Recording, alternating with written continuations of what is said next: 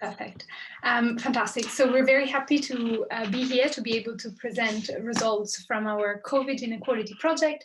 This is a project that we launched in March to investigate the impact of the COVID-19 crisis on workers. And I've just put the link to the project webpage at the bottom of this slide, and it will also come up at the end of the presentation. So if you want to know more about the rest of our project and other results that we have, you can visit the project webpage.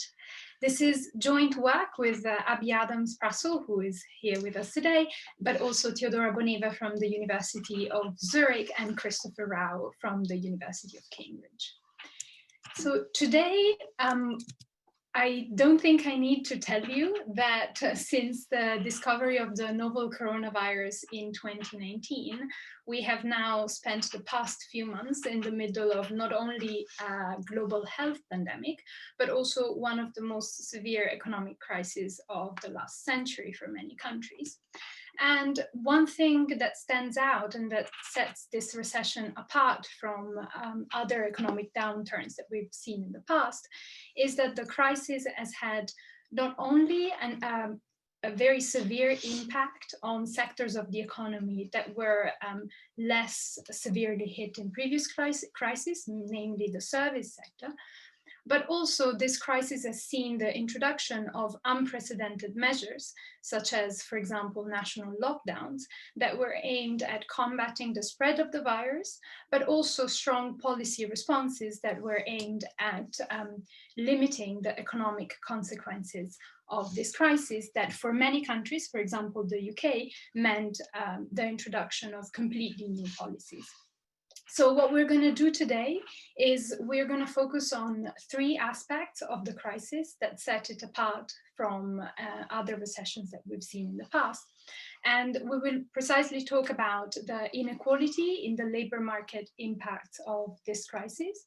We will also talk about something that has become quite salient over the past few months, which is workers' ability to do their task from home and what this has meant for the labor market outcomes of different groups of workers.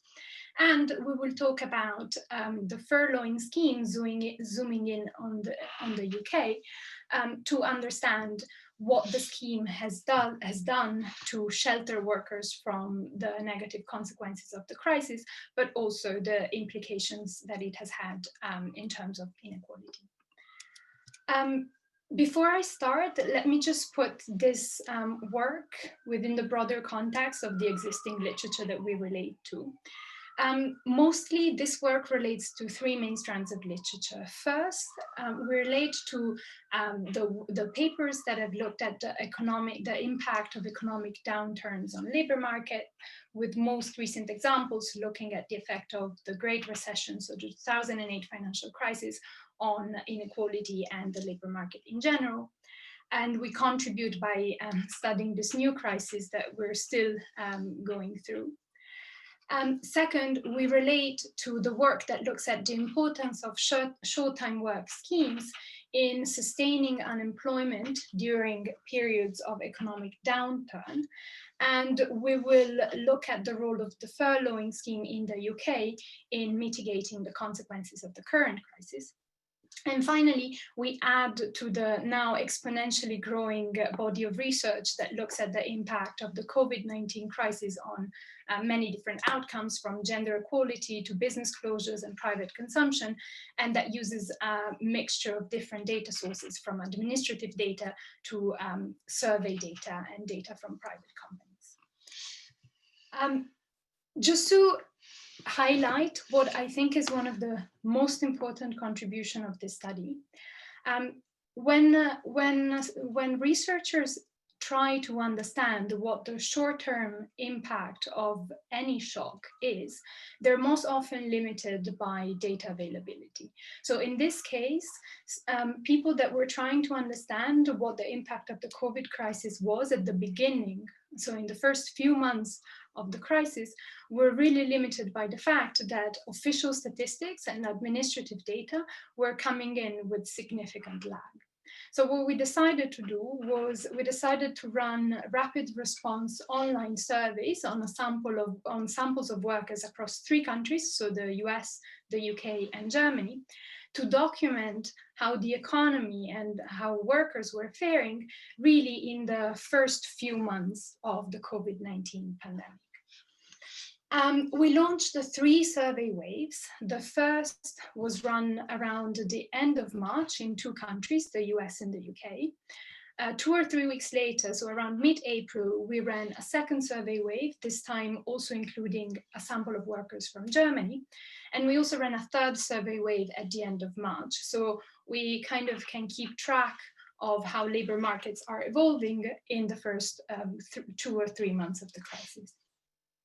For each country and survey wave, we collected information on around 4,000 workers for a total of more than 28,000 workers across countries and waves. And in each wave, we decided to survey new respondents so that the results could be comparable across the survey waves. For all countries and survey waves, we used the quota-based sampling to ensure that our samples were representative of the distribution of the population across regions in the various countries. And by region, I mean area codes in the United States, regions in England, plus Scotland, Wales, and Northern Ireland for the United Kingdom, and states in Germany. To participate in our study, respondents had to be aged 18 or above. They had to be, of course, residents in the country of focus, and they must have been in paid work at some point in the 12 months prior to data collection. Now, this said, most of the results that we're going to discuss later relate to the sample that is further restricted to workers who actually reported being in work at the beginning of the crisis. Broadly speaking, people that were in work in February 2020.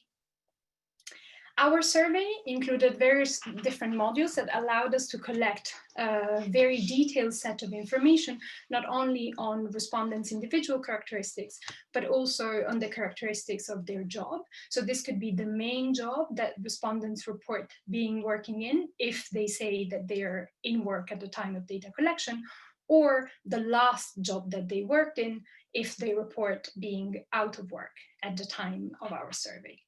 And also we have a few questions on time use that will be particularly helpful in trying to understand what the effect of the pandemic and, for example, school closures have been on the way in which workers allocate their time between work and family responsibilities.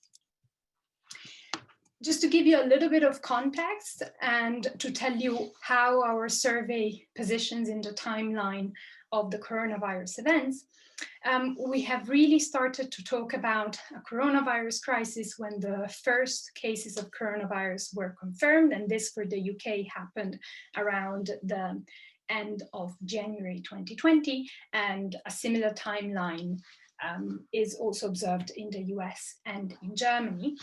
Since then, the virus has rapidly spread across countries, with the first deaths and then 100 deaths coming in rapid succession around or in the month of March. Around that time, governments have also started to plan and announce the introduction of new measures. For example, in the UK, on the 23rd of March, Boris Johnson announced the implementation of a national lockdown that aimed at containing the spread of the virus. And a few days prior to that, so on the 20th of March, the government had announced the coronavirus job retention scheme that was essentially the main tool that was introduced by the government to support workers and firms. In all of this, we ran our first survey wave a couple of days after the first national lockdown was introduced in the UK. And the second wave was run when the lockdown had been in place for 2 or 3 weeks already. Now, the first part of the talk will be focused on the impact of the coronavirus crisis on the labor market and its implications when it comes to inequalities. The first thing that comes out strongly from our data is that the impact of the COVID-19 crisis in terms of job losses has been large, but it has also been highly unequal. So if we look at differences in job losses across countries, for example, we see that job losses were much higher in the US and the UK relative to job losses in Germany. But we also see evidence of large inequalities when we look within countries. And these inequalities arise along several dimensions. First, there are large differences in job losses across jobs with different characteristics, but also different groups of workers, depending on their individual characteristics, were differentially affected by this crisis. So let's first look at the importance of job characteristics in explaining job losses. One thing that obviously comes to mind is that different sectors were hit differentially hard by the crisis, and therefore we expect job losses to be higher in certain industries compared to others. And this is indeed what we see. So in this graph, I'm showing you the percentage of workers that were employed in blue, furloughed or put on short-time work, but in the UK this is furloughed, or that lost their job across different industries in the UK. And if we focus on the red bars, we can see that the sectors that experience the largest job losses are the accommodation and food service sector, or the retail and other service and service sector. That is fair to say that were the sectors that were hit hardest by the crisis. However, the sector where people work in is not the end of the story. We also see that workers' ability to do their task from home matters a lot, and actually is negatively correlated with the percentage of people that lost their job, also looking within sectors. So here, what I'm doing is, for the 3 countries in our sample, I'm plotting on the x-axis the share of tasks that our respondents report being able to do from home. And on the y-axis, I'm plotting the share of workers that lost their job during the coronavirus pandemic. And what we can see is that there is a strong negative relationship between people's ability to work from home and the share of people that lost their job. Now, one thing that also emerges from this graph is that this relationship became steeper as we move from the first survey wave, which we show here in red, to the second survey wave, which we show in dark gray. One explanation for this is that at the time of our first survey wave, the business closures and national lockdowns measures had not been in place for very long, whereas by the time our second survey wave was run, so in April, the lockdowns had been in place for a few weeks already. Moreover, what we also find is that the terms under which people are employed matter for whether or not someone was able to keep their job. So here, what I'm showing is the average share of people that lost their job by different contractual arrangements for the 3 countries in our study, using data from our April survey wave. If we look, for example, at the blue bars, we can see that people who were employed under temporary contracts were much more likely to have lost their job compared to people who were employed under permanent contracts. Similarly, if we look at the green bars, we find that people who were non-salaried, so that means either, for example, paid by the hour, were also significantly more likely to have lost their job compared to salaried workers. And finally, in our survey, we also ask a question that allows us to distinguish people whose working hours are determined by them or their employer, but varied, and workers who are employed under fixed hour contracts. And again, we see that the more unstable work relationship, so in this case, a varying hour contract, leads to higher probability of job loss. Then the other thing that we can ask is, who is holding these contracts? Or in other words, what are the groups based on individual characteristics that were more likely to experience job loss at the beginning of the crisis. Here I'm showing you regression results for regressions where the dependent variable is a binary variable that takes value 1 if the respondent lost their job during the first months of the coronavirus crisis and 0 otherwise. And in the columns that I'm showing here, we're just regressing our dependent variable on a female dummy, a dummy that takes value 1 if the respondent has a university degree, and region or state fixed effects. And what emerges from these results is that women in the US and the UK were significantly more likely to have lost their job. In particular, they were 6.5 percentage points and 4.8 percentage points in the more likely to have lost their job compared to men in the US and the UK respectively.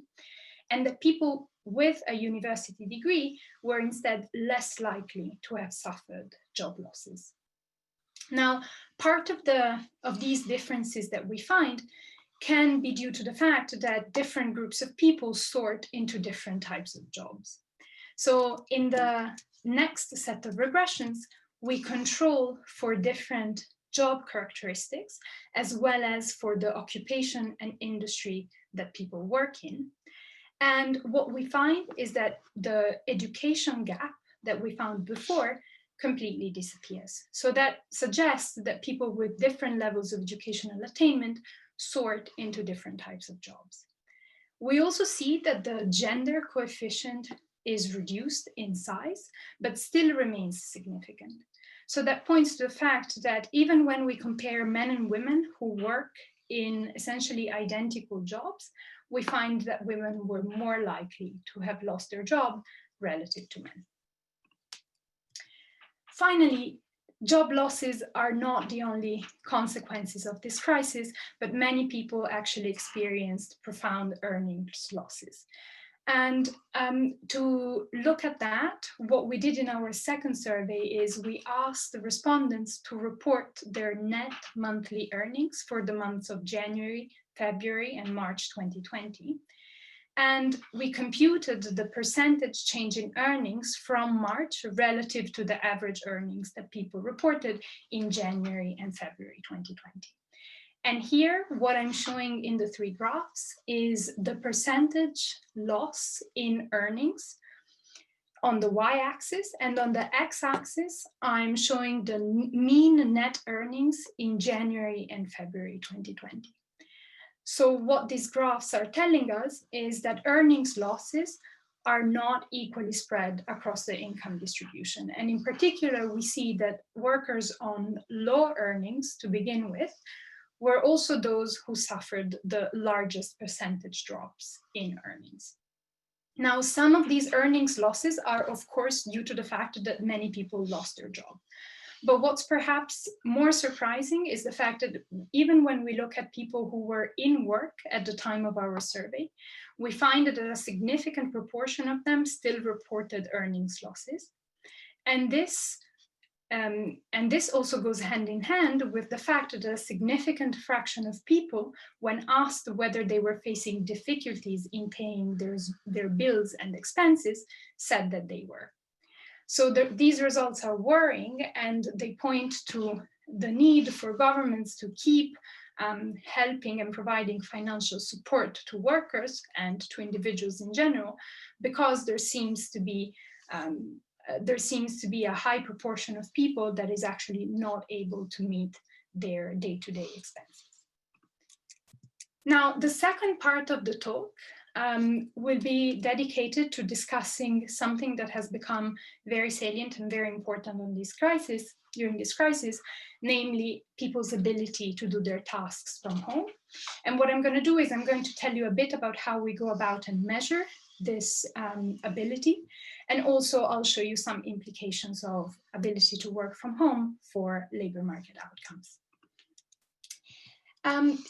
Previous studies that have tried to examine heterogeneity in the workers' ability to do their tasks from home were again limited by data limitations.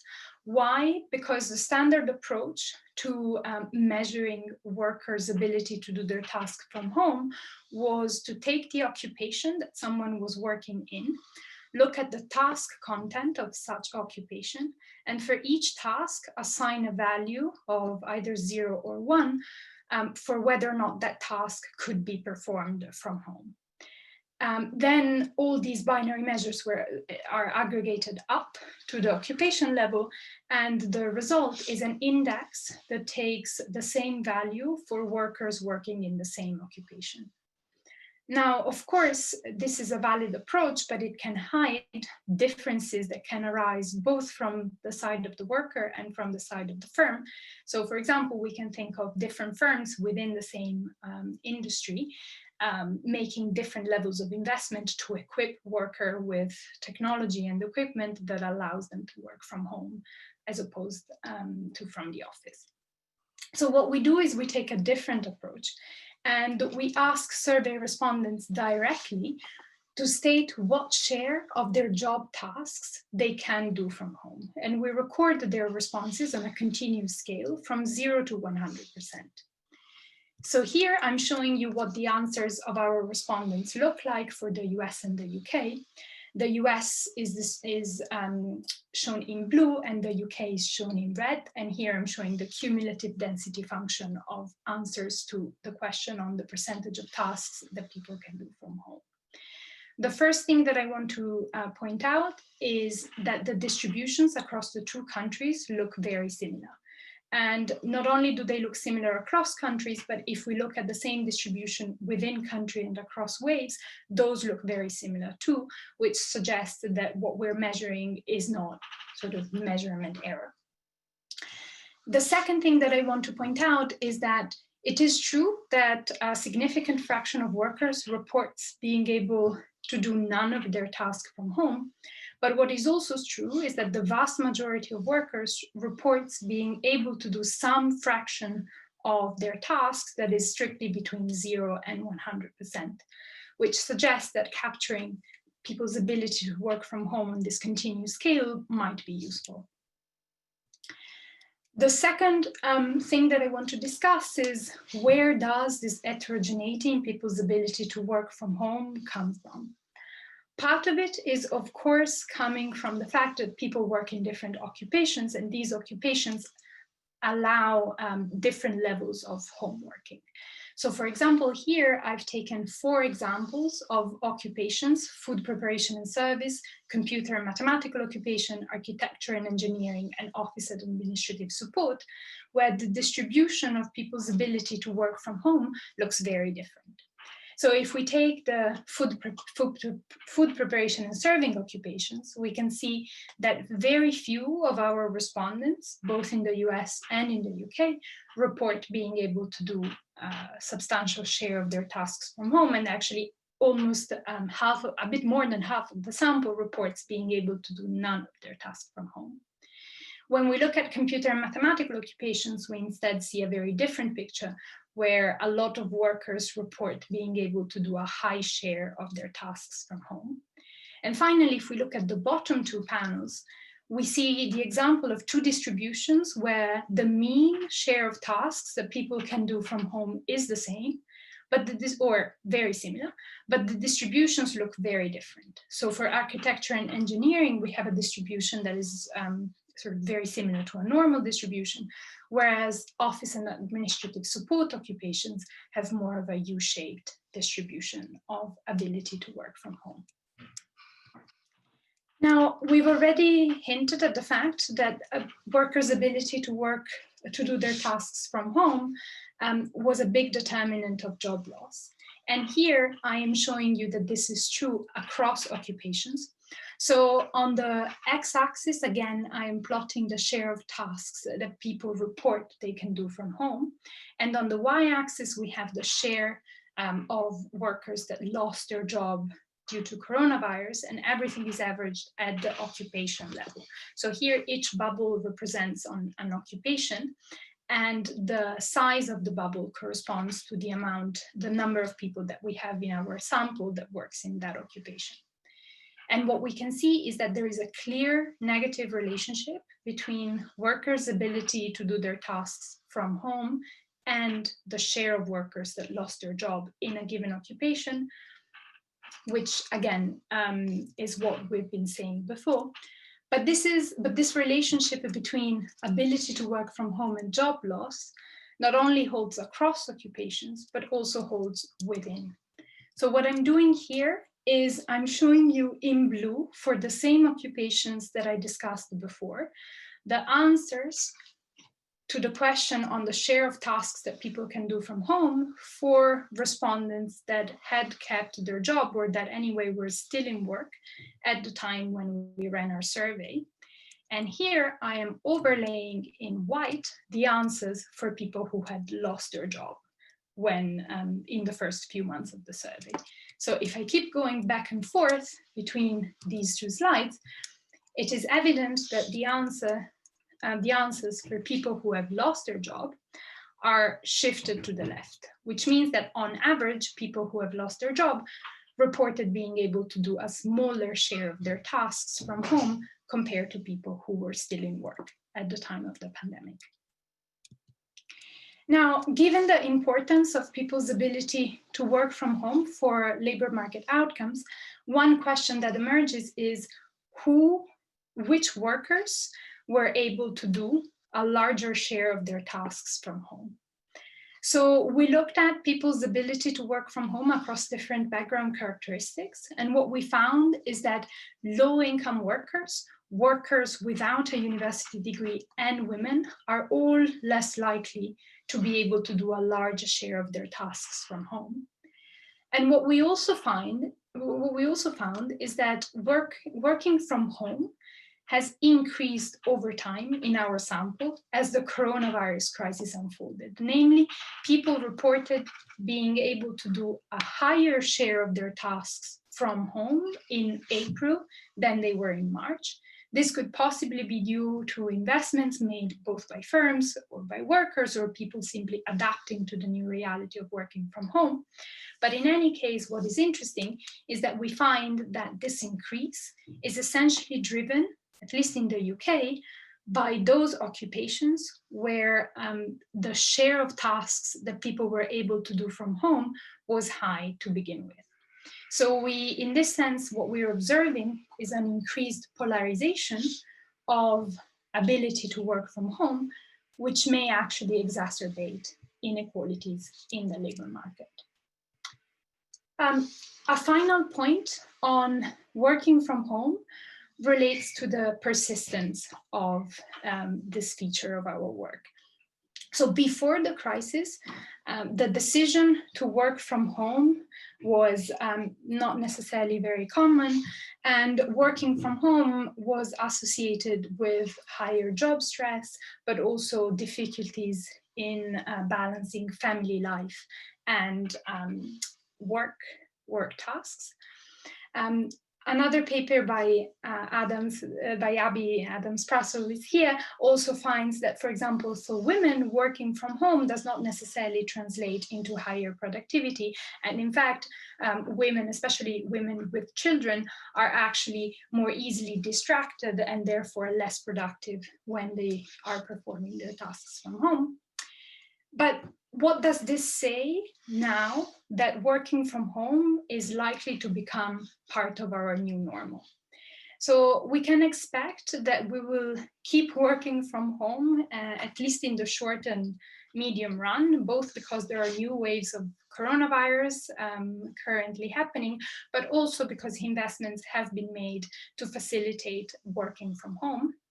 So firms have made investments, the technology is rapidly evolving. We all know that there are now 15 different apps with which we can have seminars and meetings.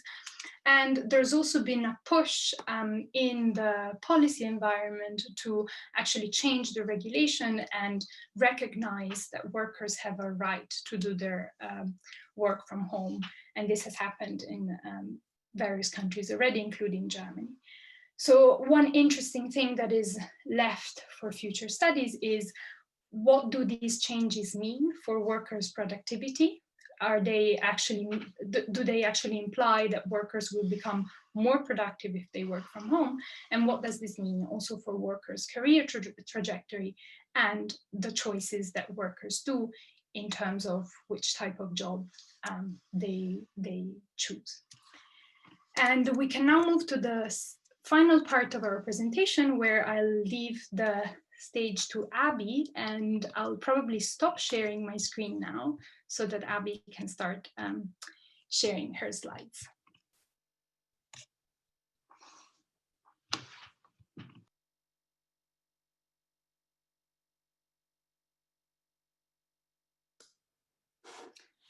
Great. Can I just also check that people can see my slides?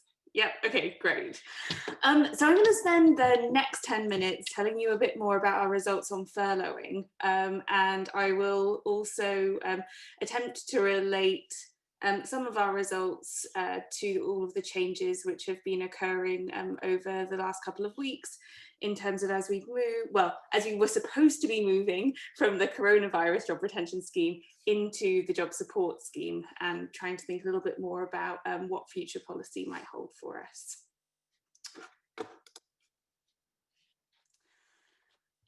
So a couple of days before the national lockdown was announced, of course, it won't be news to any of us that the UK government introduced the so-called coronavirus job retention scheme, or simply referred to as the furloughing scheme. Now, the furloughing scheme is one example of a broader class of emergency short-time work policies that have been brought in across the EU and also exist in some US states.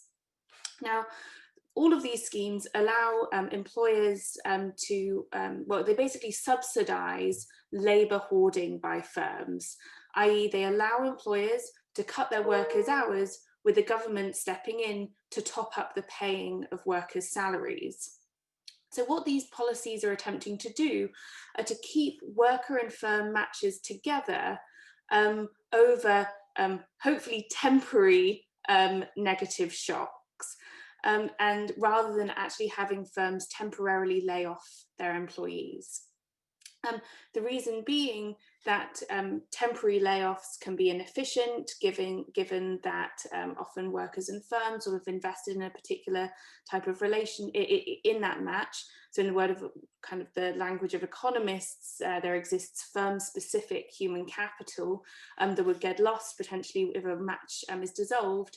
And simply also finding the right workers is a lengthy and costly process. So if we think that shocks are temporary, there's a reason and kind of a policy motivation for the government to step in and try and keep those matches together.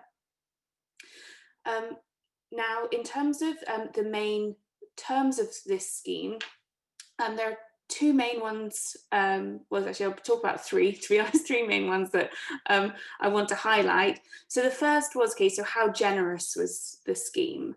So the CJRS, the government pays 80% of workers' salaries up to £2,500 a month. Now this is relatively generous. If you look at the comparative evidence on short-time work schemes, for example, the Kurzarbeit in Germany, it's about 2/3 of workers' salaries that get covered.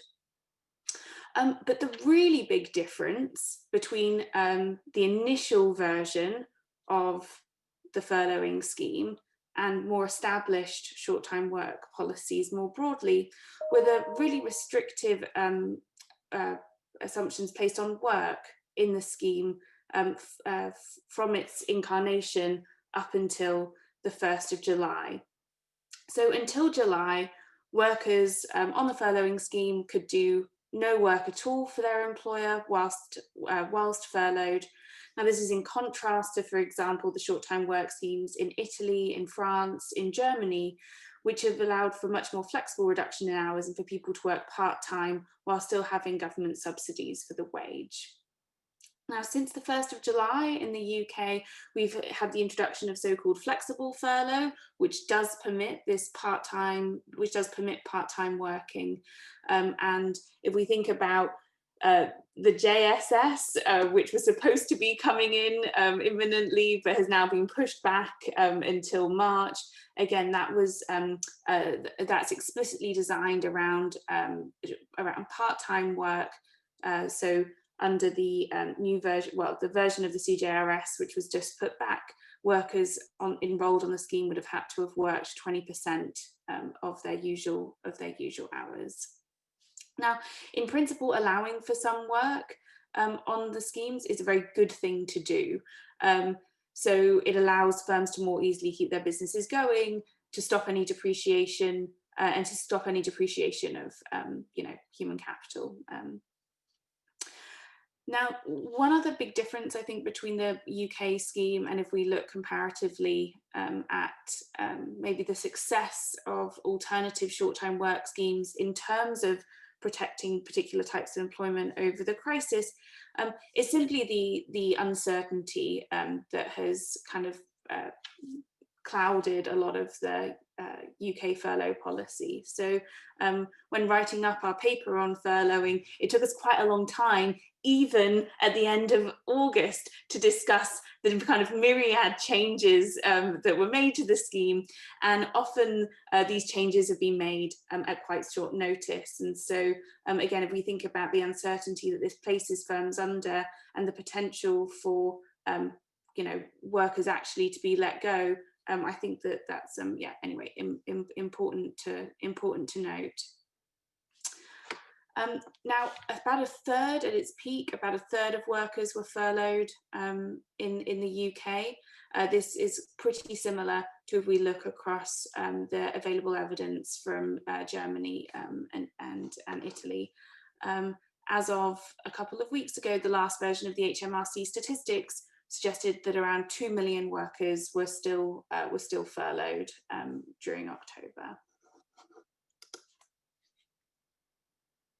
So in our data, so we're going to be mainly focusing on our April and May waves to tell you a little bit more about the characteristics of which workers were furloughed and which types of jobs were more likely to be furloughed. Just to note that the proportion of employees who were in work in February in our data who were then furloughed by May is pretty consistent with what we can see from the administrative data. So about a third of employees were furloughed. Actually, just in the interest of time, I'm going to get on to actually the characteristics of furlough, because I think this is really important for when we're thinking about future policy and like how overjoyed I am that at least the furloughing scheme has been brought back for lockdown Mark 2, and we did have this introduction of the JSS as well. So in order to try and kind of open up a space for maybe a discussion of that later, I'm going to focus now on 3 key dimensions that we see heterogeneity along in terms of which workers were furloughed in the first lockdown. So 3 dimensions are: who initiated furlough? Was it worker determined? Was it employer determined? The second was that employers could choose to top up the salaries of furloughed workers on the scheme. Was there any inequality in that? And the final point we'll talk about is working whilst on furlough because both of our surveys were run before the introduction of flexible furlough. Remember that workers were not supposed to be doing any work at all for their firms whilst on furlough. So in terms of who initiated furlough, so the question we asked here was kind of on a Likert scale. So we asked in terms of who made the decision to do furlough, to furlough a particular employee. Was it mainly the worker's decision through to, was it fully the worker's decision through to, was it fully the employer's decision? So what we can see here is that there's, so women were more likely to initiate the decision to be furloughed, and this gender gap is essentially coming through workers with children. So mothers are 10 percentage points more likely, when we control for other aspects of their jobs, to have asked to be furloughed. Now, this is likely due to the fact that we have seen an increase in the gender gap in childcare over lockdown 1.0. So whilst it's true that fathers did increase the amount of childcare that they were doing over the pandemic, mothers increased the amount of childcare that they did by even more. And as Marta said, there's another difference here, which I think is important to note. It's not just the number of hours that mothers and fathers spend on childcare, it's how those hours interact with paid work time, which is also important to note. So mothers are much more likely to face interruptions to their work, and this is in work that I've done before, but also the IFS, who've been doing detailed time diaries of domestic work, paid work, childcare, kind of through the crisis, have also shown that the amount of uninterrupted, like the kind of average time that women spend before paid work being interrupted at home, is much shorter than that of men, even if that man and that woman are doing the same amount of paid work in a day overall. It's much more fragmented for mothers on average. In terms of salary top-ups, what we see is that women are less likely to have had their salary topped up beyond the 80% than men. Now, when we control for all aspects of the jobs, this gender difference does become insignificant. So part of this gap in the salary top-ups is coming through the fact that women are more likely to be in low paid and insecure forms of work, for which employers are less likely to top their workers' salaries up. We see a big income gradient in whose salaries are being topped up. Which is partially undoing, if you like, some of the potential inequality reducing aspect of the design of the furlough scheme, which capped the overall government support at £2,500 a month. Now, just to end, so we asked about working on furlough, and this is something which both Treasury and HMRC and the National Audit Office have been very concerned with, in terms of thinking about the design of a more longer term job support scheme. So what we found was that the prohibition of working whilst on furlough was routinely ignored. So about a fifth of employees report being explicitly asked to work by their employer. However, many more workers than that report some amount of positive positive hours, even if not being explicitly asked to work for their employer. So on average, furloughed workers were working 15 hours per week at the mean and 10 hours per week at the median. We asked a number of questions in terms of, was this due to formal rotation back into work, and that does not seem to be explaining it. What we find is that those who could do more of their tasks from home, unsurprisingly, more likely to have been doing some work on furlough. We also see a relationship between people's perceptions of their likelihood of losing their job, and also the amount of autonomy that workers have in their job usually. So one of the things that I was really pleased with, to be honest, how we phrased some of our questions around the working, like the employment contract that workers were on. So instead of asking people, explicitly, are you on a 0 hours contract or you're on this contract? Instead, we asked questions around who had control over any variation in the hours that workers usually work. So do workers work fixed schedules? Are workers able to set their own schedules and hours and work?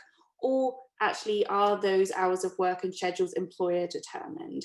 And so what we find is that workers who set their own, who report more autonomy in their jobs, are also more likely to have continued working whilst on furlough. And so if you look at the development of the guidance in terms of the proof that the proof that firms need to provide in order to claim on the scheme, in order for their workers to be eligible on the scheme, there is now more that needs to be done in terms of reporting of actual revenue, of revenue loss. actually, I'm gonna, in terms of issues with the scheme, I'm going to flag 2 and then I'll conclude so that we can open up to questions. So the first is the original binary nature of the furloughing scheme, i.e.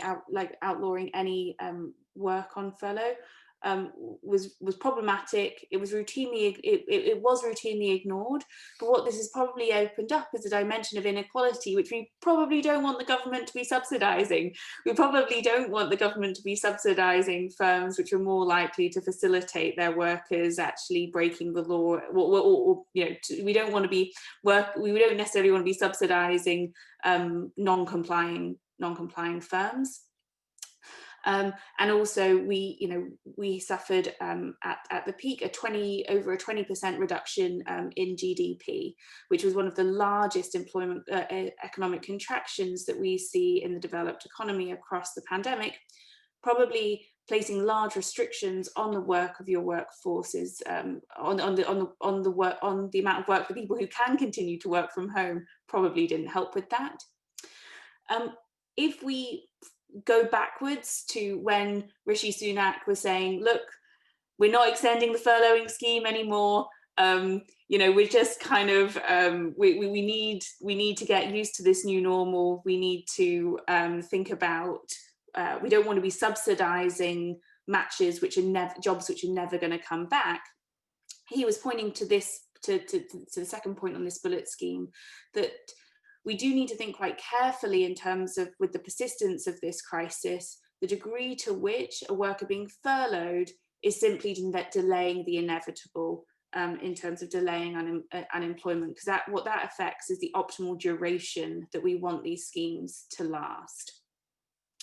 So what we find in terms, we ask a lot of questions about expectations for the future and the degree to which people were job searching whilst on furlough.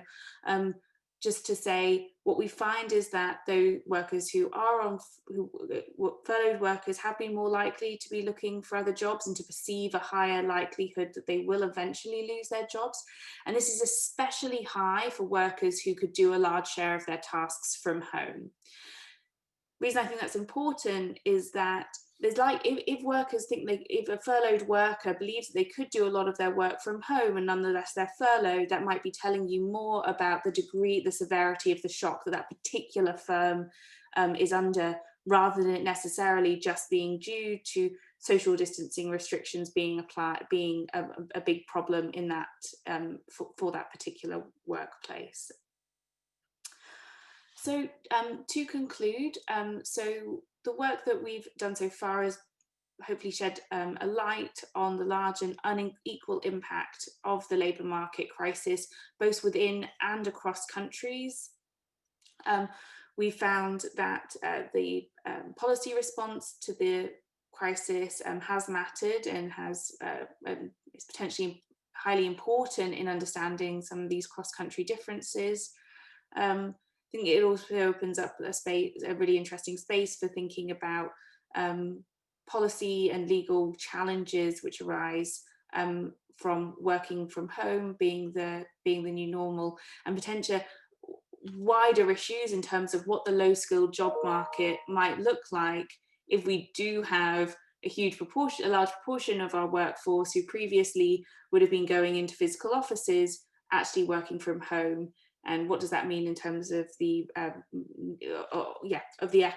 economic reallocation around the low-skilled labour market that previously supported that?